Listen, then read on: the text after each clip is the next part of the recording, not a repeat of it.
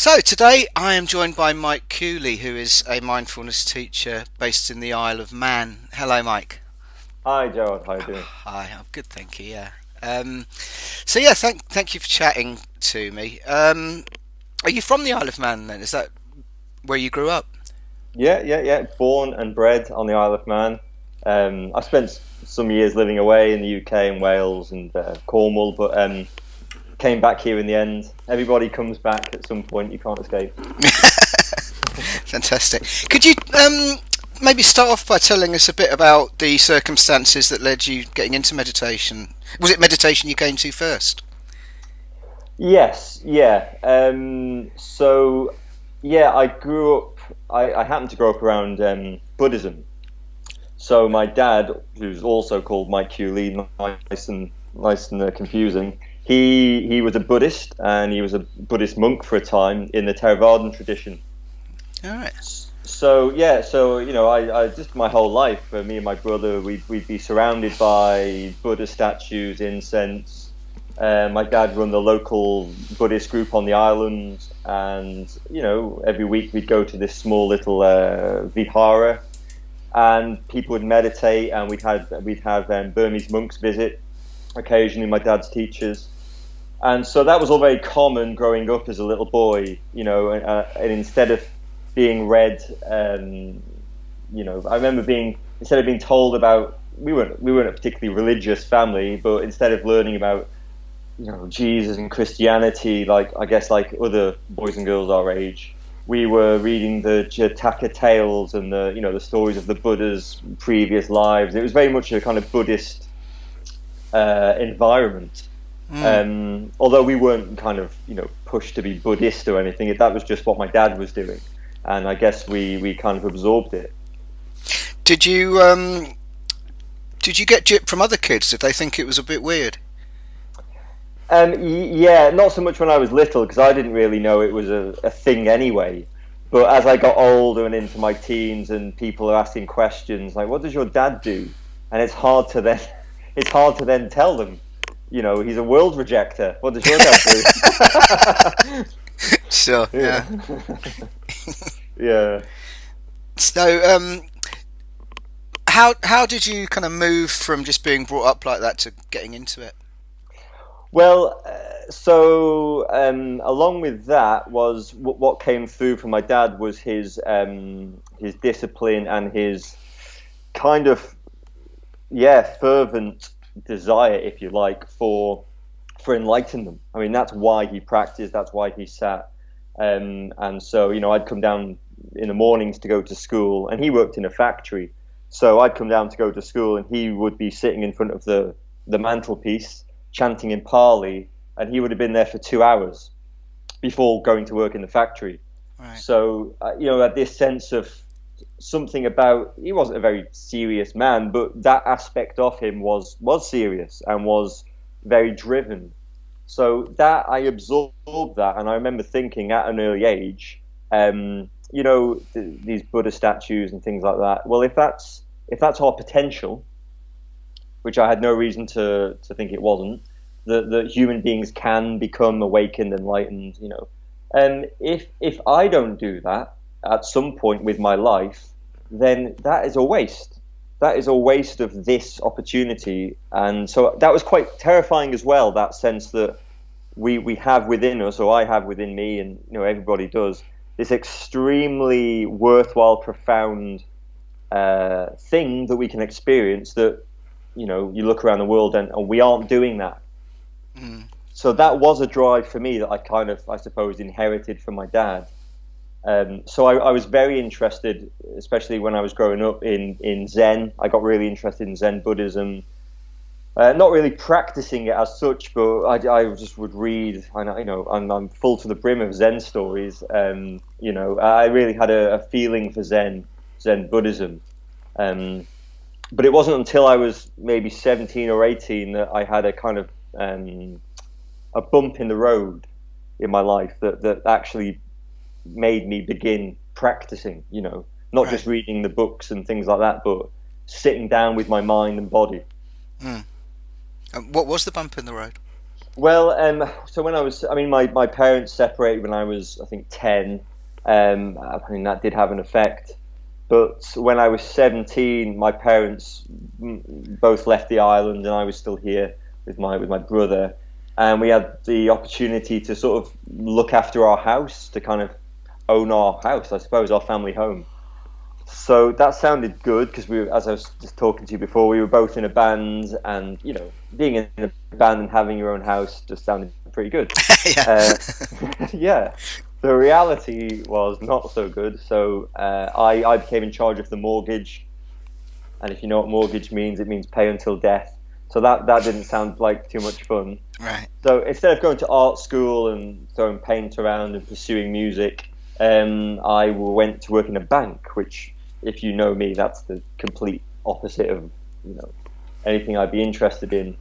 So I was kind of, I felt forced into a role to pay this mortgage, and so I did that, and I did it for about a year, and then it just got to the point where I would turn up to work and just start crying. I just would break down at work and be sent home, and so in the end I got signed off because I just, I felt very much cornered by this situation. And I was totally overwhelmed. I had depression. I was anxious, and generally, as a person, I wasn't that kind of person. I was quite confident, and Yeah. I took life very lightly. But this had a weight to it. And so I spoke to my dad. He was living in Israel at the time, and he taught me the very basic kind of, what I now teach, very basic 10-minute mindfulness, breath awareness, very basic practice. And I started doing that because I could have gone on to medication. That was there, that was offered for anxiety and depression. But through the kind of Buddhist environment I grew up in, I just felt that this feeling of anxiety that I have in my chest, I can literally put my hand on it. I know exactly where it lives, and the tightness in my belly, the dread, the fear. Likewise, I can just place my hand exactly where it lives in my body. So likewise, the confusion, everything like that, the anxiety, they were all mine. They lived in this body. Yeah. They weren't someone else's. And so I just thought, well, surely there's something I can do here. I'm not just at the mercy of these things. I have a role to play. And so that's when I started I started practicing mindfulness, and really that was the medication, if you like. That was what I chose to do, rather than a kind of taking pills. Yeah. I'm guessing that if your dad was sort of helping you along this, that you didn't particularly take any kind of formal course or anything like that. Would that be right? Yeah, do you know what? I did take one more recently, just to qualify as what they call a mindfulness teacher. But yeah, it was just more a sense of just being imbued with it since I was a child. And my dad's, he's taught all over the world. He's written books, so he was he is a great teacher. So he was always there to kind of find out, what do I do next? I'm stuck with this. What do I do? So he teaches, even now, he teaches Vipassana. Yeah. So obviously not kind of simply sort of basic mindfulness, but it's insight meditation. You're looking, learning to observe the mind and the body, and with detachment and clarity and equanimity, to essentially learn that you're not it. And there's a hell of a lot of freedom in that. So that was really where I was coming from. I've been doing that ever since, and that's more than half my life now. Spending time with this mind, this body, this breath, these emotions, and just becoming more and more familiar with it, more and more at ease with the experience of being a human being. Did you call it mindfulness, or did you know of it as mindfulness? Did that word exist when you got into it? No, that's more recent, I think, for me anyway. Meditation is what I called it. Buddhist meditation, I suppose. Yeah. Yeah. Although now I don't tend to call it meditation, just because the people I teach, it's like Marmite, that word. Yes. And I don't know, you're down in Brighton, aren't you? Just outside Brighton now, yeah. So I have friends there, and my idea, this may just be an idea, but that it's quite a kind of, that maybe the word meditation would be quite a positive, word to use. In Brighton, yeah. Yeah. Whereas here, maybe not so much, it's a bit more corporate, I suppose, if anything. Mm. So, yeah, either you hear the word meditation and you run towards it with open arms, thinking you're going to be enlightened and clear out your chakras and divine bliss and all that, or you think, oh, well, that's not for me then. Yes. I just want a healthier relationship to my mind. And so, yeah, I tend to call it mindfulness or brain training. Or mind training. That's really what I define mindfulness as. It's a form of, brain training or mind training. I think it's an interesting field to kind of move away from the word mindfulness, really, because as that becomes better known, so that brings its own set of preconceptions to people, I suppose. And if you call it something else completely, perhaps that people can't have preconceptions about it. Yeah, that's it. And I still find, I suppose everybody finds this, a lot of sharing what mindfulness is, from your own experience, is there's a high percentage which is kind of constantly myth-busting, constantly bringing people back to the very simple, ordinary experience that they're having right now. Kind of popping these expectations and ideas people have, and I still see things online about using mindfulness to bust stress, using mindfulness to get rid of or manage, and just the terminology is very controlling for me anyway. Whereas my own experiences, it's more a letting go, it's a surrendering, it's a release into, rather than the added stress of having to now control something. To me, that's even that's just another job to do. Like being back in the bank. Well, yeah, that's it. God, don't let me control my mind. That's a lifelong job. Just let me put my mind down. Yeah, absolutely. So, what's the sort of next part of your journey then? You're 17, you're 18. You've got into this via your dad helping, and so were people interested? Your friends and so on when you got into this, or were they scornful, or how did they react? Cynical. Cynical is a good word, but yeah. I have this same drive my dad has, so I didn't really care what people said or didn't say. But yeah, my group of friends were not particularly. They were more science minded. Which is fine. Now I love science, but at the time I was very much, clinging to my own beliefs about Buddhism and about enlightenment and about, those kind of things. So, there was a lot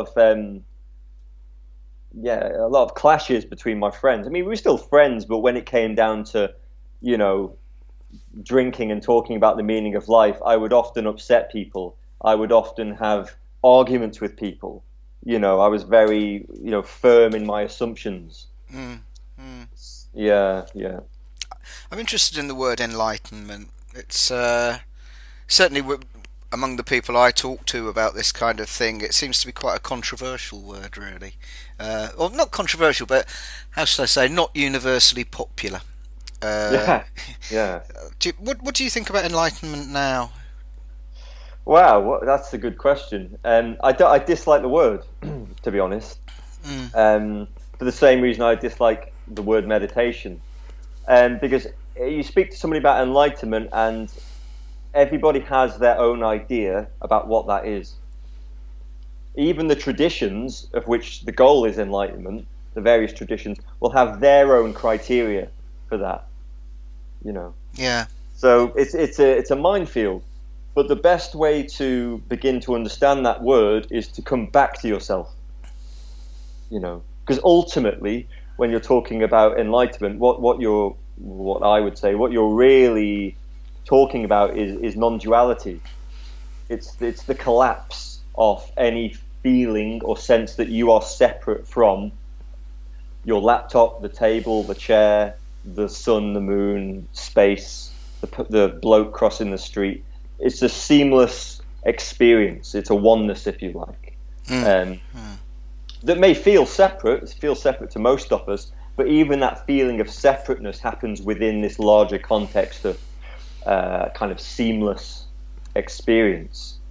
So that comes from you. It doesn't come from a book or a course or even a tradition. Just give you the tools to kind of fall back into yourself. Yeah, that's a nice way of putting it. It's all about you. It sounds completely selfish, but you're the only person that can experience your own awakening. So yeah, it's the word is thrown about everywhere, but even the word awakening. I mean, what the heck does that mean? Who wakes up? You look at the traditions. There's no self. You look at science, neuroscience. There's no self in the brain. This is common knowledge. There's no self in the brain. So who awakens? So this terminology it's kind of what we aim for, and it's what I was aiming for a long, long time, to have these experiences. But when you start looking at them, it's just more words, really. It's more words for what you are already. Yeah. Regarding that, another area I'm quite interested in is when people talk about the benefits of mindfulness, how far you can go with that. There seems to be a general kind of discomfort with promoting the benefits of mindfulness too much, and unease with it. What would you say if people say, what are the benefits of mindfulness? Well, that's a good question, because there's obviously the field of research is moving forward all the time, and I read a book the other day and I found out some new stuff that I didn't even know about, regarding the brain and mindfulness. So I'm very interested in the brain, actually, and what it does to the brain, and I just think that's absolutely fascinating, and it really helps the practice of mindfulness as a modern Western practice. It ties it into the neuroscience. Absolutely, yeah. But what I find interesting about modern mindfulness and the science that comes with it is little is spoken of the traditional benefits. So the modern benefits are, me as a person, I can feel more relaxed, less stressed, less overwhelmed by my experience, more in control. I don't mean that you control it, but there's a sense of feeling more in control of you, etc., etc. Boosted focus, productivity, just a more happier, rounded human being, a happier, rounded self, which is fantastic, because you look around in our society and there aren't many of those. No. We're very dysfunctional, a dysfunctional self. So a healthy, rounded self is way better than a dysfunctional, cramped, self that's struggling and suffering and, searching endlessly for some kind of fulfillment. But if you look at the traditional benefits, there's only really one. Obviously, they didn't have the neuroscience, but the traditional benefit is that the discovery that there's no self, ultimately. There is no self, and that, in terms of the benefit, is a complete sense of ultimate fulfillment, ultimate freedom, ultimate ease with experience. And we don't hear about that, even though we know that there's no self in the brain.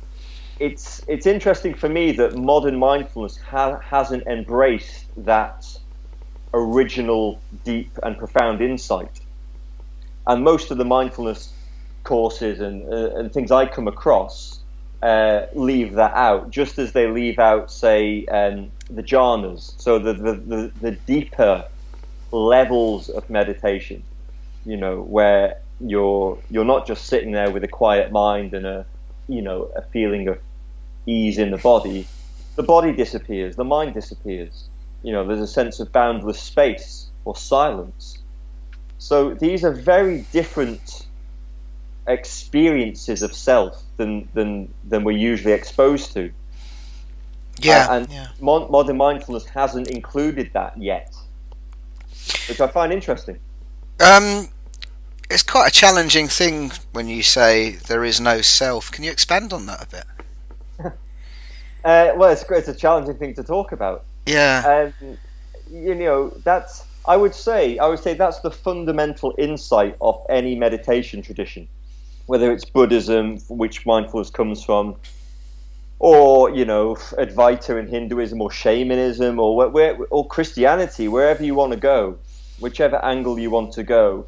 They all agree at some point through their own terminology in there's no self.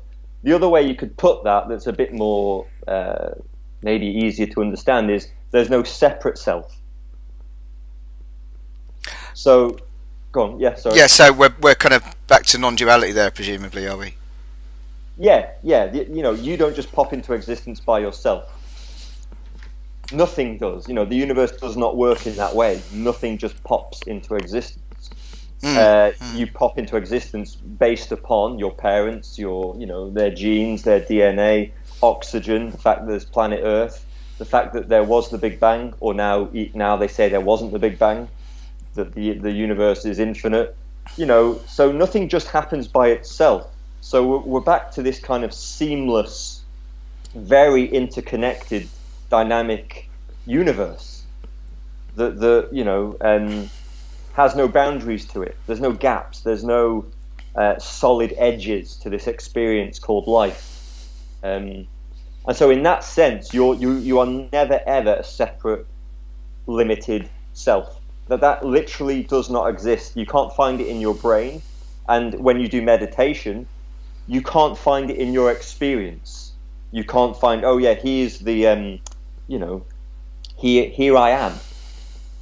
Because one of the things that happens in meditation is that your mind starts to drop out. Your thinking drops out until you're left with no mind. So there's nothing there. There's no you. There's no voice in your head. Again, that's a very different experience of self there. So who's the voice in your head? Just memory. Memory, remembering what? It's just remembered words. It's just the brain. It's just the voice in your head isn't you. When you were 2 days old, you didn't have that voice in your head. Brilliant. Yeah. Okay, that's a very good way of clarifying it. I think. It was learnt. It came, and it's thinking, which includes the voice in your head, is really incredibly useful. And I sometimes say now, if we're the most intelligent species in the universe, which we may be, then that thing in our head, that brain with its thinking, is literally the most intelligent thing the universe has come up with yet. Now, that's pretty cool. If it wants to pump out the voice in your head and thoughts and concepts and, wow, the sense of a past, the sense of a future, it's beautiful. It's amazing that the brain can do that. But often we just don't know how to use that. And this comes back to the voice in your head. Another reason, another way of knowing that we're not the voice in our head, you have the voice in your head, you have thoughts, but you're not the thoughts. Yes. And another way of seeing that is not only was there a moment in your life when that was gone, but you go to sleep every night and you experience deep sleep. And where's Mike then? Where's Gerard then? Where is Stephen Fry then? Where is the Queen then? Where is Donald Trump then? Oblivion. You don't know. We don't know we exist in deep sleep. We don't know anything exists. There's nothing. Sheer nothingness. So the mind disappears every night. You disappear every night and have done since birth. And also, maybe from a more Vipassana point of view, if you can see it, if you can be aware of it, if you can pay attention to it, then it can't be you, because you're the one looking at it. Yeah, absolutely. So if you're listening to the voice in your head, that's implying that you are listening to it. There's a gap there. Yes. Yeah. So you're beyond it. You have it, but you're beyond it. Absolutely fascinating. Cool. Okay. So, when did you start teaching? That's more recent. That's maybe 5 years ago, 4 or 5 years ago, maybe 5 years ago, something like that. I moved back to the Isle of Man. I've been living away. I've been traveling. I've been, I spent about 10 years traveling, meeting teachers and gurus and things like that.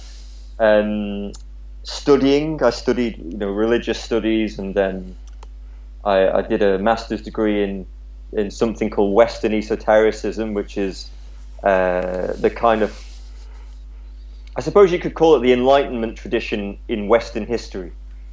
Like alchemy and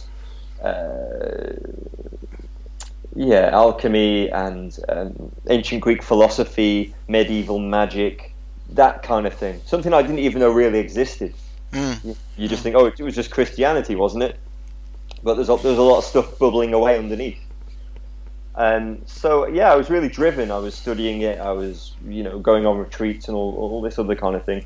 I mean, a lot of it was working through my own stuff. Sitting with emotion and just sitting with it patiently and allowing it all to be felt. And then moving back to the islands, and then kind of meeting my wife and settling down really. And then my wife just suggesting, you should teach this, you should share this. And I never really like I don't really like the word of teacher. It sounds so like I have something to teach. And in a way you have your experience, but you're not teaching anything that's outside of someone. You're just you're pointing people back to their own breath, back to their own awareness, their own attention. Absolutely, yeah. When I got into all this, there was a big feeling of remembering, of coming home, as opposed to learning something new. It felt like it had always been there, and I was just kind of waking up to it again.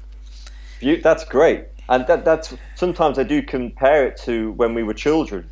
You get that sense of lightness and freedom, and there's a sense of being in awe with things. Life gets its magic back. Yeah, exactly. Yeah, and so I love what you said about there is a kind of I remember this. Yeah, I remember when life was like this. Yes, exactly. Yeah. So, what do you do regarding teaching? Your wife suggested you go into it. What was your next step? My next step was to think I'm completely unqualified to do this. I didn't feel like I was at all qualified. Who's going to listen to me? Who cares what And on the Isle of Man, there's a lot of yoga. That's huge. I mean, I suppose it's huge everywhere.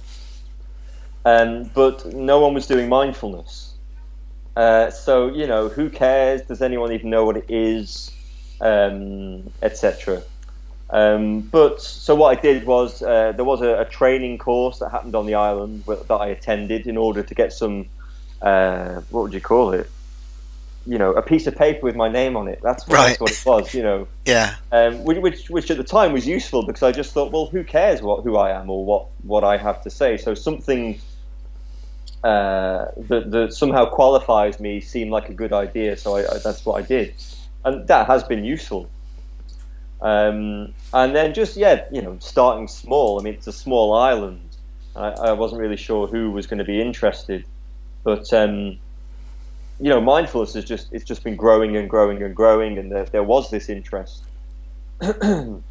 So and I've always liked sitting with people and talking to people, and that's it really. That's all I do. And I see people on a one-to-one basis, and I teach introductory courses and lots of workshops and things like that. So,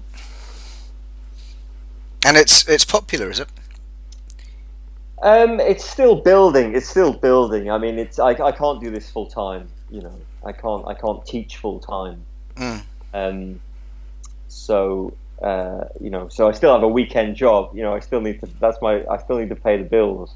Right. But it's my passion is just to sit with people, and the best bit of that is just sitting in silence. Is just sitting with people, being themselves. There's no facade. There's no trying to be, trying to get, trying to do. And often even when there's something difficult there and there's emotion, it's just the most beautiful and quite honouring experiences to be with people, sit with that, rather than tell them, let's somehow get rid of it or avoid it, or let's think of something else. Just to open to it is a very beautiful thing. It must be a really nice feeling to watch people progress as well, I guess. Yes, yeah, that's it as well. Especially when you see people for the first time, and they remind me of how I was once upon a time, where I was just completely overwhelmed by what was going on in my life. And then and this is the thing. Sometimes people do say, "Well, thank you for sharing the practice," or "Thanks," But what do? I just talk about it, and it's the people that do it. Only you can do it. Only you can choose to pay attention to your breath rather than that thought. Only you can choose to be kind of courageous enough to open up to that feeling in your belly or your chest. So at the end of the day, you do it. You do it. So that's you get the praise. It's your life. You're the one who can. Well, you change your life. By opening to it. No one else can really do that for you. Do you have a structure when you teach? I mean, do you teach this in week 1 and this in week 2, or is it more kind of bespoke than that? The courses are very structured. As much as I like to sort of hang out in silence, or hang out in the ease of the present moment, I'm an academic, really. That's what I was trained as. So when it comes to sharing information, I'm quite a perfectionist. I try and structure things. I rewrite things after every course. I'm trying to get the information across in the clearest way I can. So it's all very structured. I actually spend a lot of time, trying to get the structure right. The feel of it right. Yeah. One thing that struck me looking at your website, which for the benefit of listeners is myfreemind.org.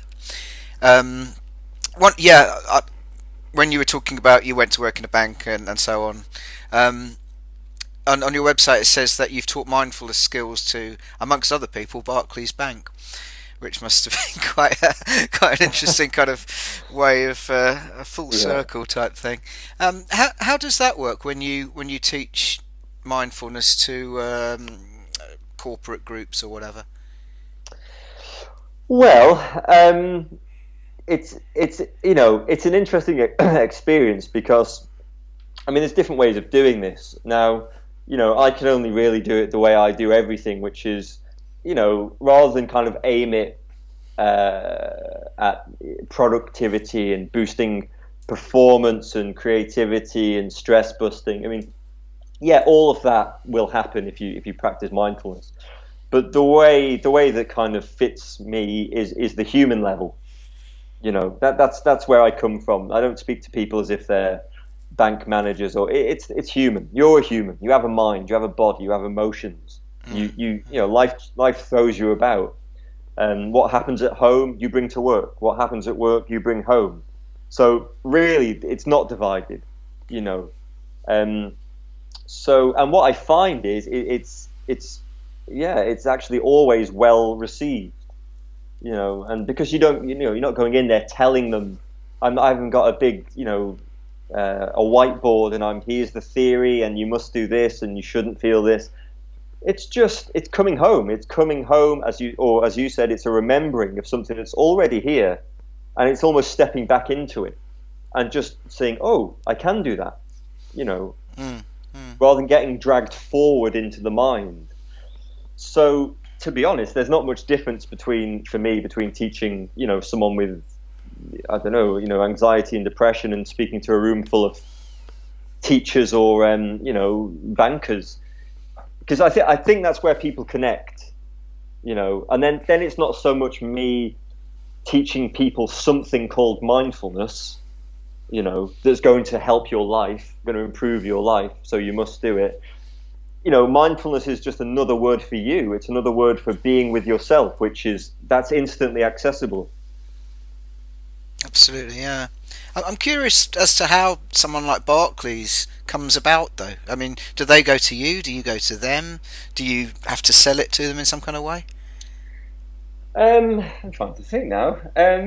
I think, well, actually, how it happened was that some of their staff would come to meetings or workshops or things like that I do, and then it just gets mentioned. I mean, it's a small island here, so word travels fast.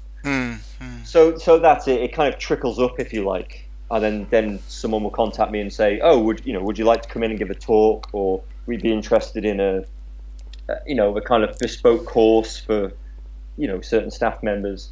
So that's how it happens, really. And I suppose I'm lucky in the sense that it is a small island, and those kinds of things do happen fairly quickly.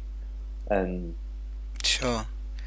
I'm interested also, you've worked with the MS Society. We've done a fair bit of work down here with people with MS, and I'm quite interested in what mindfulness can bring to the table when people have got chronic diseases.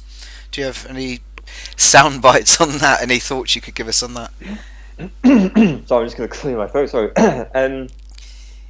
Yeah, it's one of my favorite things is to work with people who are really working with things, and physical pain or chronic illness. You can't really jump out of that. You can't avoid it. So in a sense, it's the perfect opportunity to do the only thing you can do, which is move into it. And so yeah, I mean, I work with people with arthritis and MS and various other things, and when I start talking about mindfulness, really, it's counterintuitive, because what we love to do is move away from the pain, push it out, block it out, get rid of it. Of course, that's what we'd love to do, and that's what we're trying to do. So in mindfulness, we do something that's counterintuitive, which is mindfully, carefully, gently, with kindness, with space, with equanimity, we move towards the physical sensation of pain in the body. Giving it space to be felt, almost like you're holding it as if it was almost like a newborn baby, just cradling that sensation in awareness with attention, and doing that as a practice, cultivating that intimacy with discomfort. And when we do that, you're experiencing what you could call pure sensation. Usually, when we experience discomfort, it's a muddle of our thoughts, our dramas, our fears, the pain itself. Absolutely, yeah. We build a narrative around it, don't we? And yeah, and that's too much to handle, that narrative. Then it's like, oh, what happens in 10 years' time with this? Am I gonna? It's just too big. So the other way to go is to kind of boil it down, almost like you're boiling a pan dry. Instead of engaging with the dramas and stories, you move down, sort of below the level of the mind, into the raw, moment to moment, shifting physical sensations. and begin spending time with that. I think there's an Osho quote, or something Osho said about being with difficulty, and he says something like, whatever is fully felt is fully dealt with. And I like that sense of fully being with something. And remarkably, when we're able to do that, something shifts, something happens, and people, report that the hard edges melt away, or the intensity of the pain fades, or sometimes it can even literally disappear. So one moment you're focusing on that pain, and the next minute you can't find the pain anymore. It's dropped out. So that can be life-changing in itself. To learn that actually by doing the one thing we didn't want to do, which is focus on the pain, quietly, mindfully, silently, lovingly, it can transform it. It can drop out. It can fade. It becomes far more manageable than, as you said, that heavy, weighty narrative lumped on top of it. Yeah. That's really fascinating. You do retreats as well, is that right? Well, when I can, yeah. I mean, we've got two little, two young children, and it's busy. But when I can, day retreats or weekend retreats, and as time progresses, I'd love to do longer retreats. And the island's a great place to do them. It's a very beautiful island, and it's very quiet, and just a nice place to spend time in silence with yourself. So what if I've never been on a retreat? That's kind of the source of my interest here, really, I suppose. But, what would happen if you went on a day retreat or a weekend retreat? What would the plan of action be? Good question. So there's the structure. So there's the plan of action, as in, what would happen. I mean, all retreats are different anyway. I just model mine on the ones I've been on, the ones my dad's taught. Right. So if it was a day retreat, so maybe we'd arrive at 9. Maybe 8:30. Not too early. We're not in a monastery. We'd start at 9, and basically we'd spend the day in silence. I mean, there'd be some instruction to begin with, so we know, shifting the attention into the breath, then into the wider experience of the body, and then we'd sit for 45 minutes. Okay, you'd be with your breath, you'd be cultivating awareness, attention of your mind and body for 45 minutes, and then there'd be a 15-minute break where you do 15 minutes of walking meditation. So you're moving, you're shifting your attention down into the soles of your feet, the sensations of movement, a dynamic meditation, if you like, not stillness, but meditation is movement. And then there'd be a lunch hour where, I don't mind if we talk on the lunch hour, although in a lot of retreats you'd eat silently. And then for the rest of the afternoon, just again sitting, walking. So it sounds completely boring, off-putting, but it's that, spending long periods of time with yourself, not picking up the mind, not resisting what the body does, but opening, softening, surrendering, dropping.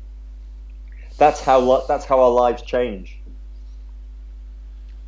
Do you think the length of these things, which is, it's quite frightening, the idea of having to be silent all day, do you think the sort of the extra length of these things compared to a 20-minute meditation or something like that lends something else to it?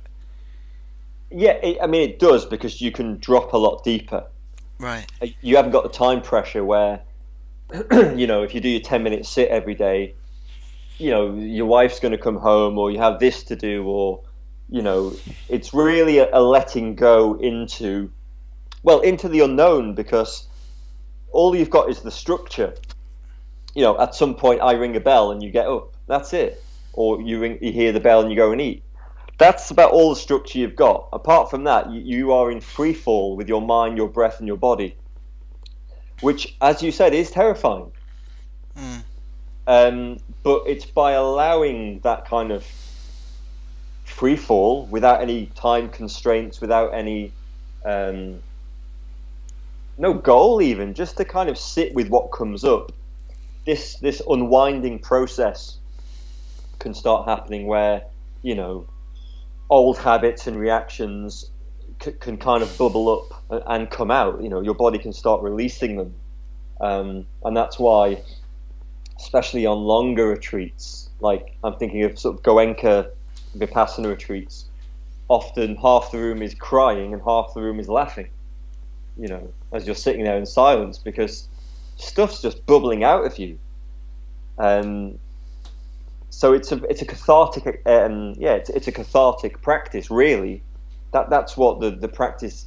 That's what it does ultimately. Is it shakes you apart in a sense. It cracks all of the armor that we protect ourselves with, and when that falls away, what's left is a very different you. You know, a soft, aware, kind, gentle, open experience of being a human. That's quite profound, isn't it?